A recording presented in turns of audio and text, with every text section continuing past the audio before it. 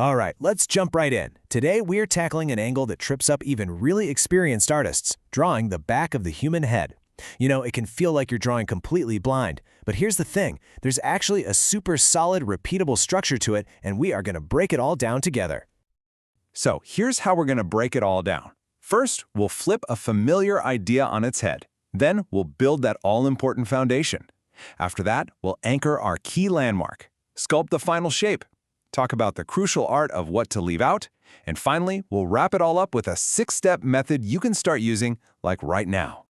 So why is this so tough? I mean, have you ever tried drawing this and it just ends up looking, I don't know, kind of flat or weirdly shaped or just plain wrong? Yeah, you're definitely not alone. It's a super common frustration because all our usual landmarks, the eyes, nose, mouth, they're all gone. But the solution isn't to guess, it's to use structure. So what's the big secret here? Well, the amazing part is you're not going to have to learn some brand new, crazy, complex system. It's all about taking a method you might already know for drawing the front of the face and just flipping it around.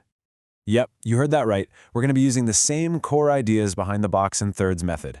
But instead of focusing on the front and side planes of the head, we just swap our view to the back and side planes. The logic, the foundation, it all stays exactly the same.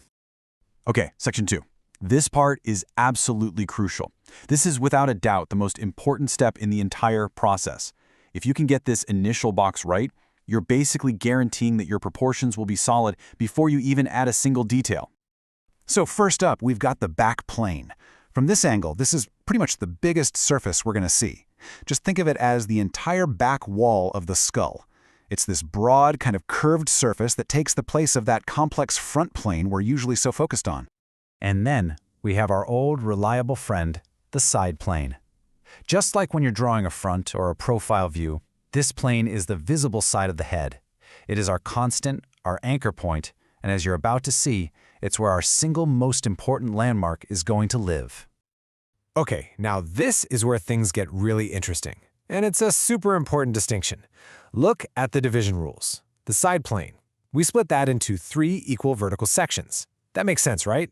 It accounts for the temple, the cheek, the jaw. But the back plane is way simpler. The back of your head, the cranium, it's a pretty simple, smooth shape. So we only need to divide it in half with one line, right down the middle.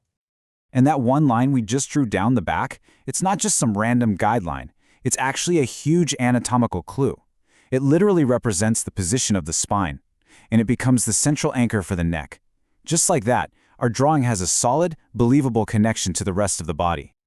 All right, our structure is mapped out. Our planes are divided. Now we get to place our main landmark, the one visible feature that's going to orient this entire skull for us. From this perspective, believe me, the ear is everything. Okay, remember how we split that side plane into 3 parts? Well, here is the golden rule. The ear is always placed in that middle third, sitting just behind the second dividing line. Nailing this placement is everything. It gives us the exact anchor point we need to build out the jaw and the entire rest of the silhouette. So we've got our box, we've got our ear locked in place. Now the fun begins. It's time to go from this rigid, blocky structure to something that actually looks like a human head. We're going to start carving. The very first thing we're going to do is carve out that jawline. You start right at the bottom of the ear and trace a line that curves down and forward, wrapping away from us. You're really trying to create that feeling of it wrapping around, disappearing towards the chin that we can't see. That's what creates the depth.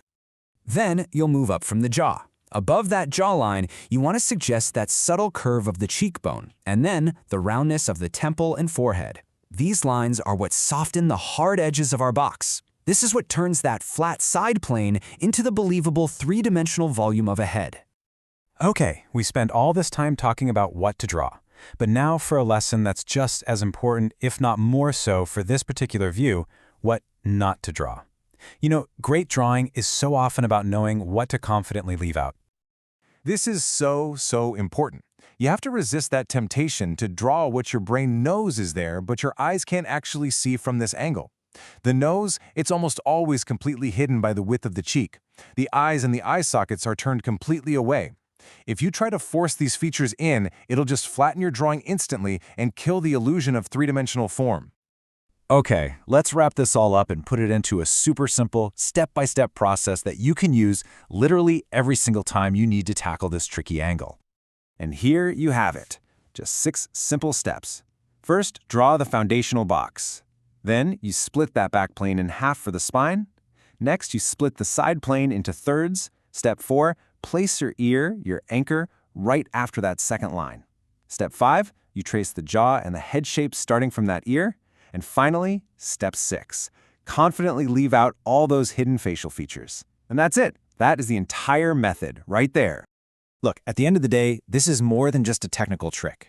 This structure, it's a tool. It's meant to give you freedom. It completely removes the guesswork so you can focus on the important stuff, like the character, the hairstyle, the emotion of the pose. We've given you the scaffolding, the blueprint. So the real question is, now that you know the structure, what are you going to create?